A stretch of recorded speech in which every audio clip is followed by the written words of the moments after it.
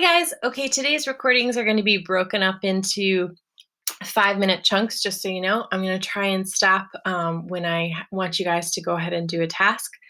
So you're going to watch the first video, do a short task, and then you'll have a few more tasks in the second video.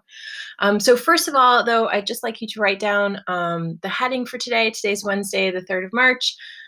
Today we're going to be covering bias, right? So we're going to kind of be going back to newspapers for a little bit.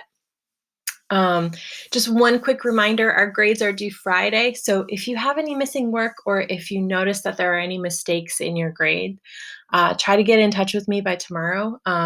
Even if you're not sure, maybe it's for Diane's class or maybe Diane is taking care of it, you can still ask me about it. I'll do my best to answer any questions that you have. Just keep that in mind. For today, the classwork, we only have classwork. We're not going to have a warm-up or homework. I just want to see your notes in your copy for today because there are going to be a few things that you're going to be writing in your notebook. All right, so let's go ahead and get started. So first of all, write down the learning intention, and I'm sorry that the date is wrong on this page. So the learning intention is, do I know how to identify author's bias?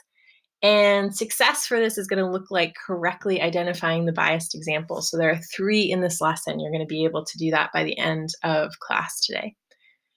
All right, so I'm going to go forward. Feel free to pause at any point if you need to get any of your English materials and collect them, or if you need to go back and write down the learning intention so that your copybook is complete. Either one, just make sure that you do that. Pause at any point.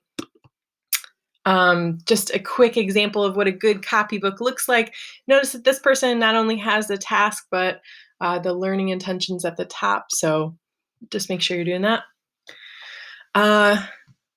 What I'd like you guys to do is to just take a quick look, because we're going to be going all the way back to December to kind of review for just a second. So just take a quick look at the screenshot of a newspaper page and just think about, is this going to be an example of a tabloid or a broadsheet, and how do you know?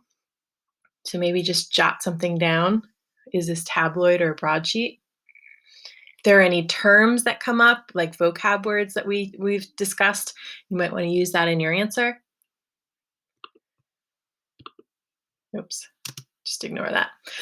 So just another quick review. So remember, when we were talking about articles, we said that they mostly include these 6 questions, right? Who, what, when, where, why, and how. And remember, we did all that work with the inverse pyramid before we went to remote learning. So you guys should remember that. I want you guys to read through this and just review that concept of who, what, when, where, why, and how. You might go back to some of your notes on the reverse pyramid if that can help you. Otherwise, you could just jot down an answer to each of those questions: who, what, when, where, why, and how. And then that's going to be your kind of review. Okay, and so you can just stop and do that then.